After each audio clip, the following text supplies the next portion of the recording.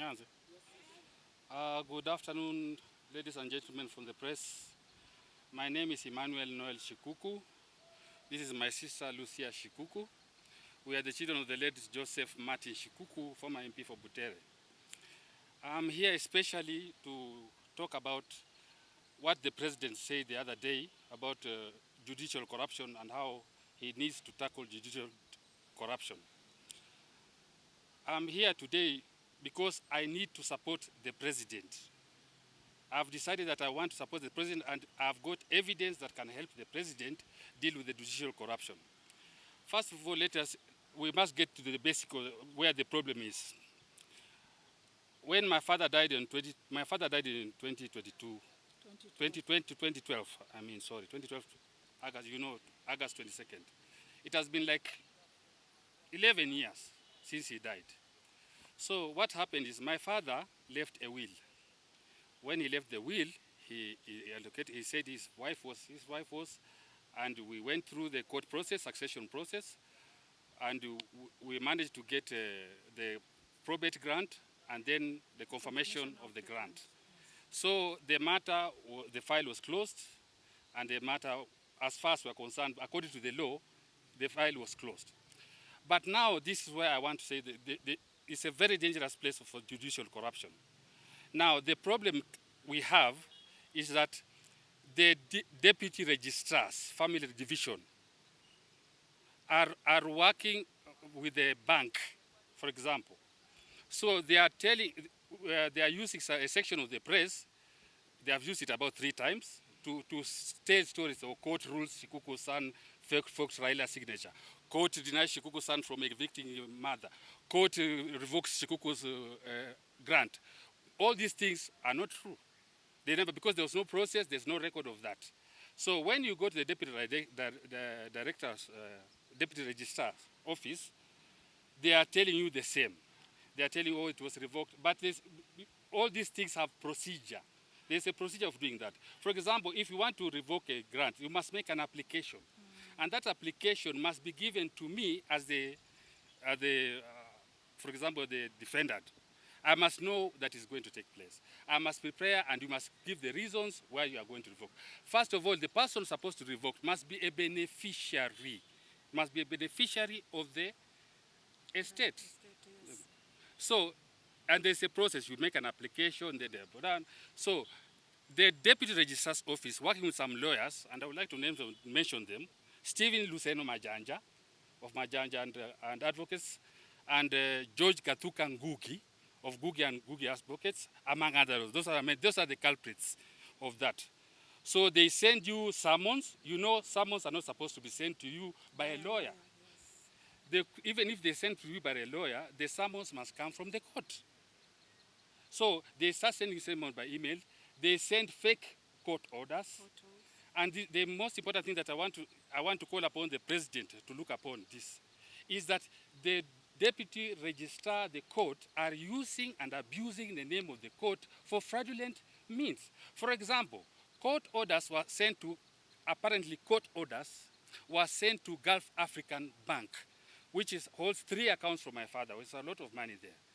They send court order to the Gulf African Bank. So the lawyer for the Gulf African Bank, that is Mr. Lawi Sato, is the one sending me a court order saying, oh, a judge revokes this.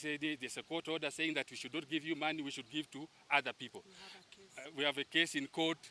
No, so I wonder why the court should serve the lawyer for Gulf African Bank my order against me. Yet it's not in the record. And as we know, in Nairobi, everything judicial is done through digital. You make an application through digital, you get a court order through digital, you get summons through digital, everything is digital.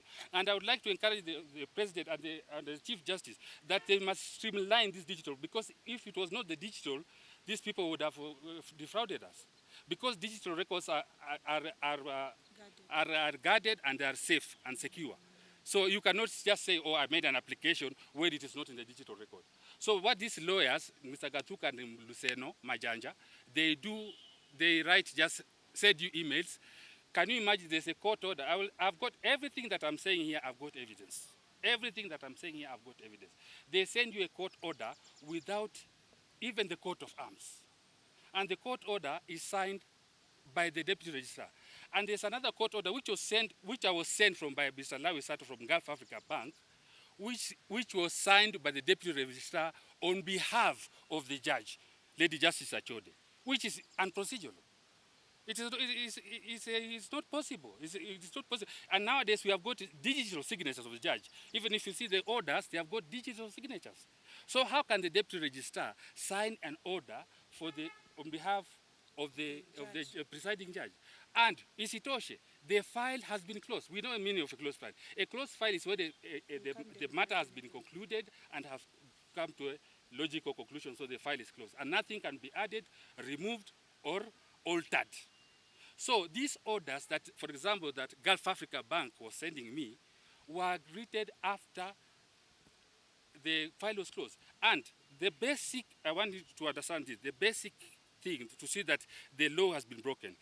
In the law of succession, when there is a will, the will is gazetted for 30 days. For 30 days, during those 30 days, that is when objections can be made. Our will was our will was gazetted on the 15th of January 2021. So 30 days, it ended on the 14th of February 2021. Honorable Justice Muchelule granted me the probate grant on the 23rd of February 2021. So that matter was closed. And the probate grant, when you get a probate grant means that the will has been authoritated and has been come to be valid. That's the meaning of the probate grant. Then after 6 months, you make the confirmation of the grant.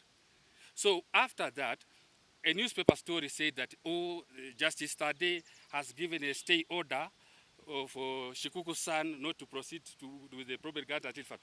When apparently from the newspaper story, Justice Tenda was in Mombasa. She was a judge in Mombasa. So why would a judge give a stay order in Nairobi? And why was I served with the application for the stay order? Because the application has to be made. I have to respond to this. And who, by the way, under which conditions were they granted that stay order? As who? How were they proven as beneficiaries? So you see the fraud where they start there. So I would say there's a judicial fraud cartel which operates in court corridors. They have got people in the Judicial Service Commission, they have got people in the Advocates Complaints Commission, they have got people in the Ombudsman. So they have got people in the DCI. So when you make a complaint, it just disappears. I've made all this complaint. I've got evidence. I've got emails, I've sent them, I've got everything. So whatever I'm saying here, I've got evidence. I'm not going to accuse someone falsely. So I sent all these complaints to all these institutions, but they collaborate with the lie. So I employ lawyers. When I employ a lawyer, they agree with me. Okay, DR cannot sign the court order. They go to see the DR. When they come to see the DR, they have changed the story. Oh, the order is correct. Oh, it's supposed to be like that. It was done like that. But we know in Nairobi, everything is digital. And there's a procedure. Court goes by procedure. There are many cases which are thrown out of court because of procedural reasons. So then they say that Justice Tande issued a letter of administration to some people who are not beneficiaries in the course. And the process of getting letters of administration is usually the members of the beneficiaries choose one member or two who want to be letters of administration. Then they go to the court. Then the judge will ask you, okay, Lucia, do you agree Emmanuel should be in? Yes, you say. Okay, Emmanuel Junior, do you? Yeah, like that. Then the letters of administration are issued to the people who have been appointed by the family. But in this case, apparently, the judge issued the letters of administration to these individuals without, which is procedural again. And again, you see, they say court says that I forged Raila's signature because the will, our will was signed by Raila Odinga and Mr. Leakey, the late Leakey. So they are writing these things on the newspaper and everywhere, but it's not true. So in a succession file, which was closed, a criminal matter apparently is done, And then you can see this corruption is bad because they use the infrastructure of the court. Like, for example, when we are called in court, you said SMS. They email you, they send you SMS. Usually they will send you an SMS, a court number, that, what. Then they have managed to use the Kenya law. You know, Kenya law, where the reference case, when a case is there, it's Kenya. But in this circumstance, only the ruling was put on the Kenya law. And how was it placed under Kenya law without a case ever being happened? Yeah, where's the orders? Well, okay, we got the DR, Gracie Tati, and Catherine Ngang.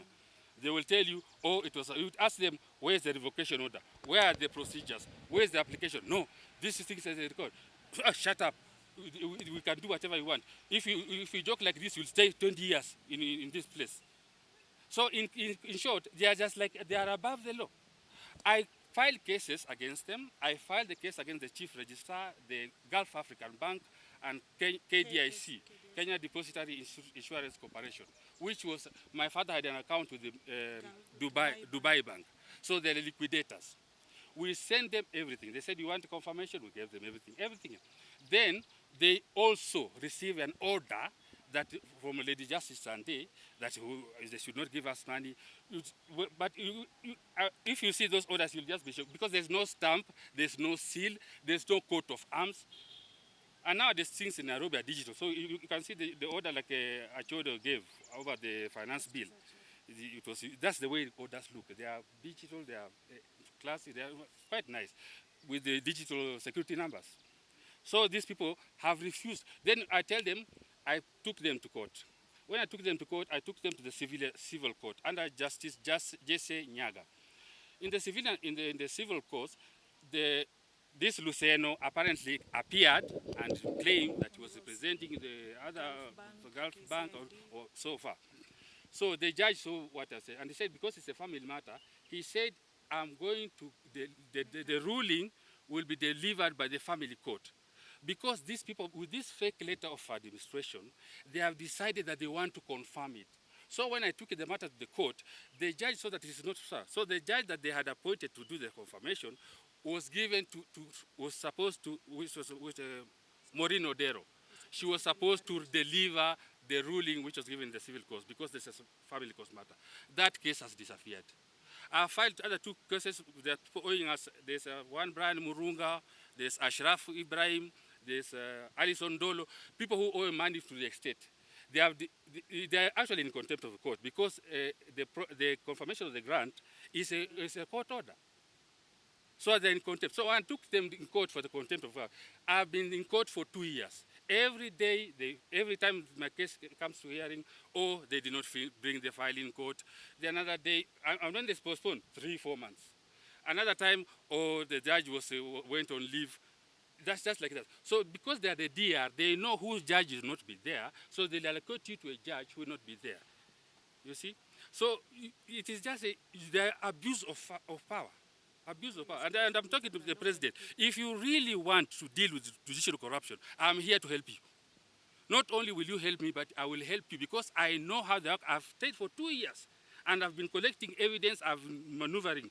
I know their maneuvers. And even the Chief Justice, I can advise you on how to block these single things, small things. The digital thing is okay, but it has got some loopholes. For example, this Luceno and Gachanja, you can pay for an application, but not lodge it. So what they do, they'll pay for the application, but they don't lodge it, they don't put any application there. So they give to a client, oh, you see the receipt, I've put a request, the matter is in court. Then they use the cost infrastructure, like the cost list. They'll put things on the cost list, or there's a case, but it's not there. So in short, these people they make things appear as if they're in court when they are not.